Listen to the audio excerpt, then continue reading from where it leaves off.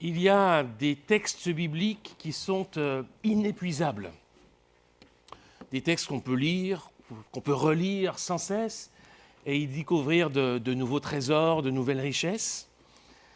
On pourrait même dire qu'il y a quelques textes qui devraient être revisités régulièrement, qu'on devrait ne pas se contenter de connaître, de lire de temps en temps, mais auxquels revenir sans cesse parce qu'ils sont essentiels pour rappeler certaines vérités fondamentales de notre foi. Essentiels comme une boussole dont on a besoin dans notre vie de croyant. Et c'est sans doute le cas du texte de l'Évangile qui est proposé à la lecture ce dimanche matin, qui est le texte des Béatitudes, qu'on trouve en ouverture du premier grand discours de Jésus dans l'Évangile selon Matthieu, qu'on appelle le Sermon sur la montagne. Donc on va lire ce matin ces Béatitudes, qu'on trouve en Matthieu 5, les versets 3 à 10, dans une version un peu personnelle, qui s'efforce d'être proche du texte grec. Voici donc ce texte des Béatitudes. Heureux les pauvres en esprit, car le royaume des cieux est à eux. Heureux les affligés, car ils seront consolés. Heureux les doux, car ils hériteront la terre. Heureux les affamés et assoiffés de la justice, car ils seront rassasiés. Heureux les miséricordieux, car il leur sera fait miséricorde. Heureux les purs de cœur, car ils verront Dieu. Heureux les faiseurs de paix, car ils seront appelés fils de Dieu. Heureux les persécutés à cause de la justice, car le royaume des cieux est à eux. Ce texte, ces béatitudes, peuvent toujours faire un effet assez fort, je trouve, quand on les écoute, quand on les lit, quand on les entend, quand on cherche à se les approprier. Bien sûr qu'il y a des formulations étonnantes, paradoxales, c'est ce qui en fait la force. On a parfois rapproché ce texte des Béatitudes avec le Décalogue, vous savez, les 10 commandements qu'on trouve dans l'Exode ou dans le livre du Deutéronome. C'est vrai que ce sont deux textes clés, fondamentaux, auxquels il faut sans cesse revenir, qui sont l'un et l'autre donnés sur la montagne. L'un donné à Moïse, par Moïse, et l'autre donné par Jésus. Mais les paroles du Décalogue, des 10 commandements, sont à la deuxième personne. Tu ne commettras pas de meurtre, tu ne voleras pas, etc. Alors que les béatitudes sont à la troisième personne. Heureux les pauvres en esprit, heureux les affligés. Daniel Bourguet, à qui je suis redevable pour cette prédication et qui a écrit un livre sur les béatitudes, propose de voir dans les béatitudes, en réalité, non pas des commandements, mais des paroles d'accueil. Une sorte de grande salutation de Jésus, des mots de bienvenue. Jésus, je cite, « Jésus accueille et salue les affligés, les affamés, les persécutés. Tout ce monde-là est accueilli à bras ouverts par l'homme qui se tient sur la montagne, le regard posé sur ceux à qui jamais personne n'a ainsi parlé. » J'aime cette idée de parole d'accueil, de bienvenue. Si nous nous retrouvons d'une manière ou d'une autre dans ces béatitudes, alors nous sommes les bienvenus. Nous sommes accueillis par Jésus. Et je crois que les béatitudes sont comme un chemin qui s'offre à nous. Non pas des commandements qui vont nous contraindre, mais une boussole, comme je l'ai dit tout à l'heure. Une boussole qui nous indique la route vers le bonheur, heureux, le chemin du royaume de Dieu. En fait, vous avez vu que dans ces béatitudes, il y a une première partie, heureux, et puis une deuxième partie, qui est une partie explicative, qui est introduite par le petit mot « car ». Or, cette partie explicative, la deuxième partie de chaque béatitude, elle pointe vers l'accomplissement de notre espérance. Elle pointe vers, on va dire, le plein établissement du royaume de Dieu.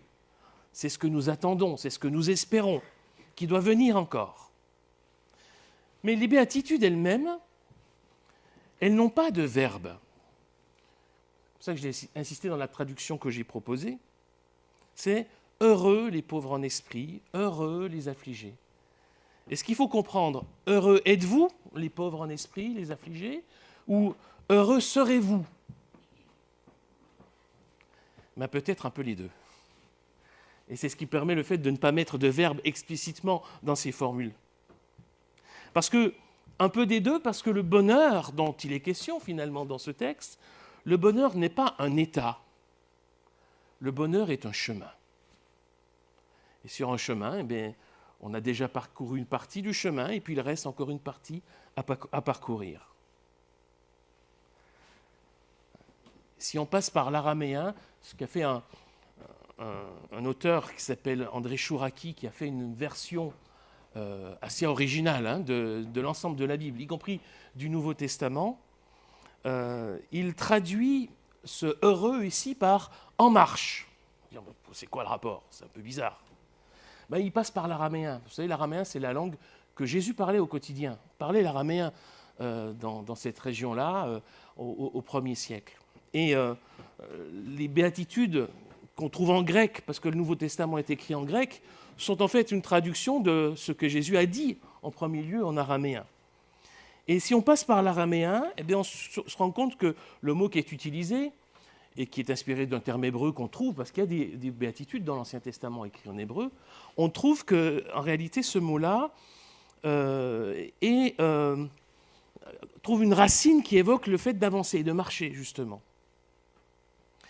Et alors, si c'est, me semble-t-il quand même, un peu artificiel de traduire par « en marche », parce que pour nous, je pense que le décalage est trop grand par rapport à l'idée d'heureux, parce que le terme grec veut bien dire heureux quand même.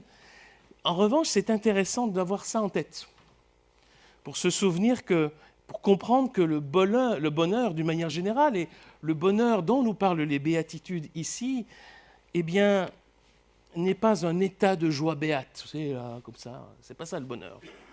Le bonheur, c'est une marche. Le bonheur, c'est un chemin. Ce qui fait qu'on peut entendre ces paroles à la fois comme une promesse et comme un appel. Vous savez, la vie chrétienne, elle est faite de cette tension-là, justement, entre des appels et des promesses, entre la tension dans laquelle nous vivons, entre ce qui est la réalité d'aujourd'hui et celle qui est encore à venir demain, ce qu'on a déjà reçu par la foi et ce qui est encore à recevoir, qui doit encore venir, entre ce que nous vivons déjà et ce que nous vivrons alors, plus tard. On est là, dans cette tension. Et je crois que les béatitudes se situent exactement entre ce qui est déjà là, du royaume de Dieu, et ce qui sera là plus tard, au jour de son plein accomplissement. On est en marche, on est sur le chemin. D'ailleurs, vous aurez remarqué que la première et la dernière béatitude ont la même partie explicative.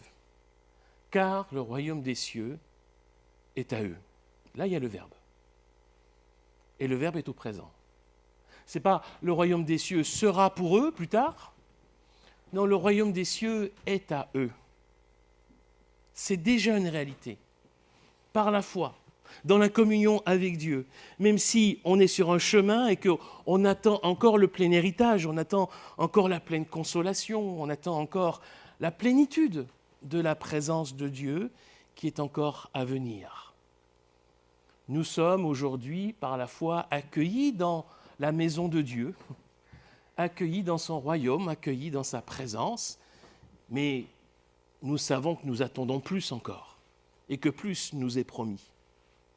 Eh bien, heureux celles et ceux qui sont sur ce chemin du royaume de Dieu. C'est ça, finalement, que veulent dire ces béatitudes. Alors, quand on les regarde un peu plus en détail, on ne va pas avoir le temps ce matin de regarder en détail chaque béatitude, je vous invite à les relire pour vous, à vous les approprier. C'est encore une fois un texte auquel il est utile de revenir régulièrement. Qu'est-ce qu'on trouve sur ce chemin? Si les béatitudes sont un chemin, qu'est-ce qu'on a sur ce chemin? Eh bien, on a des gens, on a des personnes dont il est fait le portrait en quelque sorte dans ces béatitudes. Heureux les pauvres en esprit, heureux les affligés. Oui, on nous décrit des personnes qui sont sur ce chemin, qui ont 8 traits de personnalité en quelque sorte, puisqu'il y a 8 béatitudes. Alors, qui sont ces pauvres en esprit? Qui sont ces affligés? Qui sont ces doux dont parle Jésus ici?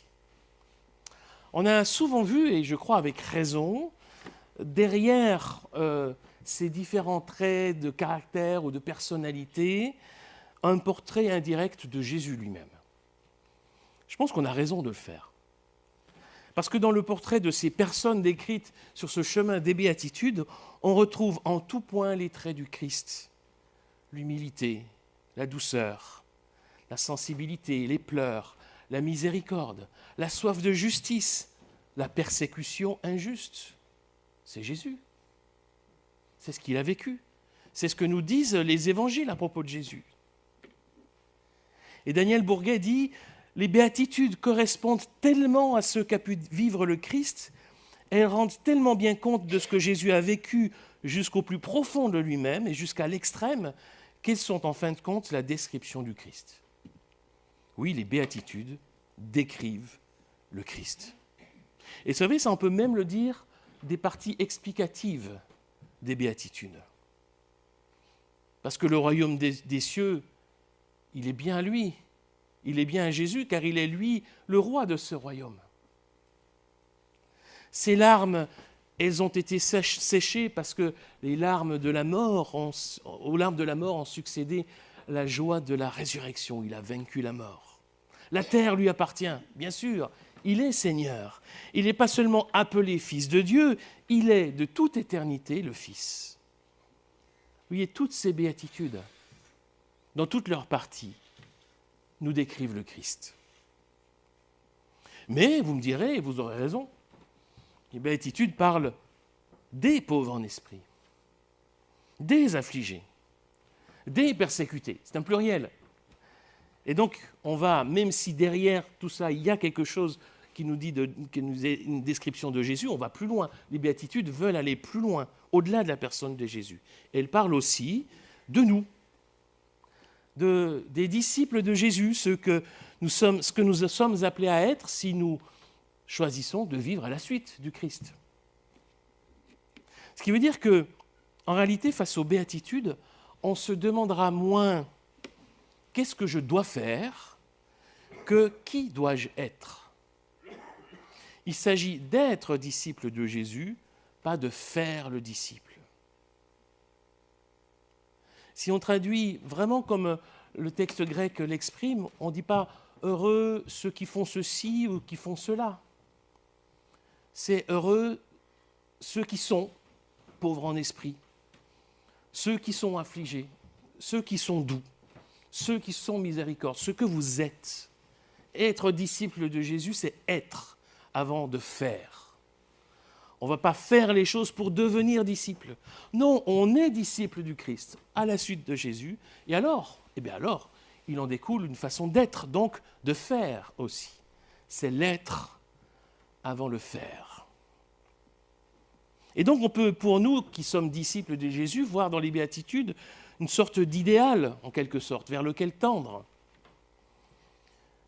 Encore une fois, pas des commandements auxquels il faudrait s'efforcer d'obéir. Ah, il faut que je devienne ceci, il faut que je fasse ceci, il faut que je fasse cela.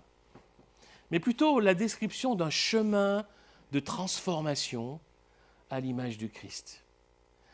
Le chemin du disciple, c'est un chemin de transformation intérieure, où le Christ va nous transformer, faire de nous des êtres qui lui ressemblent.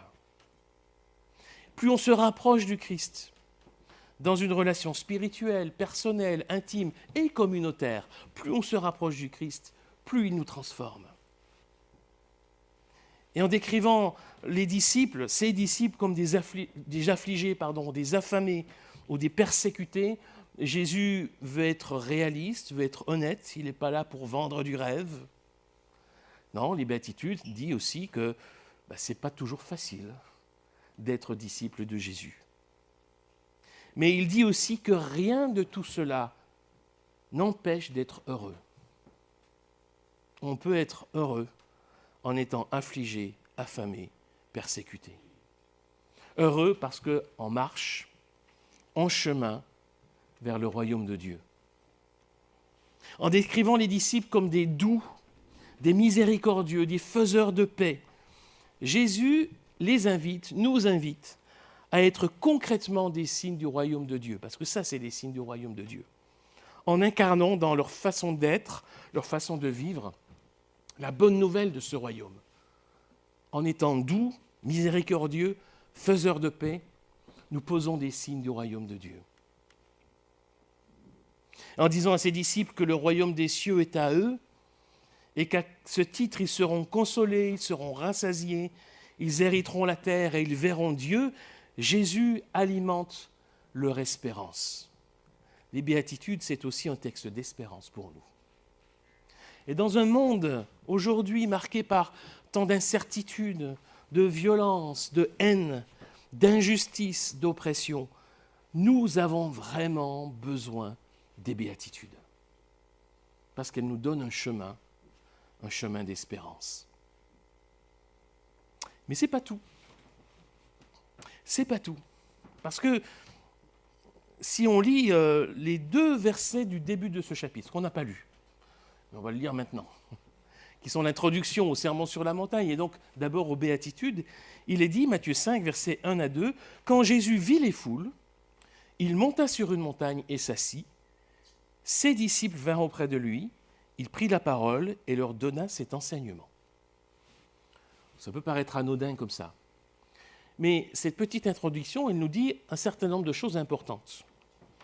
Quand Jésus vit les foules, il monta, ses disciples vinrent vers lui et il leur parla. Autrement dit, les béatitudes, le sermon sur la montagne, sont des discours que Jésus adresse à ses disciples. Mais il le fait après avoir vu la foule, après avoir regardé la foule. Il vit la foule et alors il monte et ensuite il donne son enseignement. Jésus s'adresse à ses disciples, mais après avoir vu les foules telles qu'elles sont. Et ce n'est pas un hasard si Matthieu le précise. Ce que Jésus dit dans les Béatitudes, il le dit aussi, il les tire aussi, de son observation de la foule.